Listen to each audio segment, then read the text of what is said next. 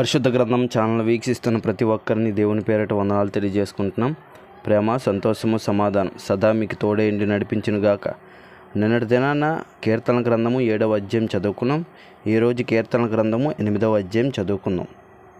యెహోవా మా ప్రభువా, ఆకాశములలో నీ మహిమను కనపరచువాడా, భూమి అదంతటా నీ నామము ఎంత ప్రభావము గలది. శత్రువులను పగ తీర్చుకొని వారిని మాన్పివేయుటకే నీ విరోధులను బట్టి బాలుర యొక్కయు చంటి పిల్లల యొక్కయు స్తుతుల మూలమున నీవు ఒక దుర్గమును స్థాపించి ఉన్నావు. నీ చేతి పని అయిన నీ ఆకాశములను నీవు కలగజేసిన చంద్ర నక్షత్రములను నేను చూడగా, నీవు మనుషుని జ్ఞాపకం చేసుకొనుటకు వాడేపాటివాడు, నీవు నరపుత్రుని దర్శించుటకు వాడేపాటివాడు.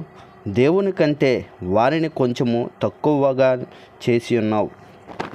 మహిమ ప్రభావములతో వానికి కిరీటము ధరింపజేసి ఉన్నావు.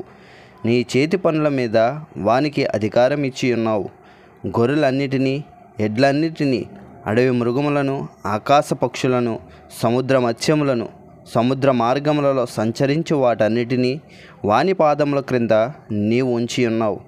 యెహోవా మా ప్రభువా, భూమి అదంతటా నీ నామము ఎంత ప్రభావం గలది. ఇంతటితో కీర్తన గ్రంథము 8వ అధ్యాయం పూర్తయింది. రేపటి దినాన కీర్తన గ్రంథము 9వ అధ్యాయం చదువుకుందాం.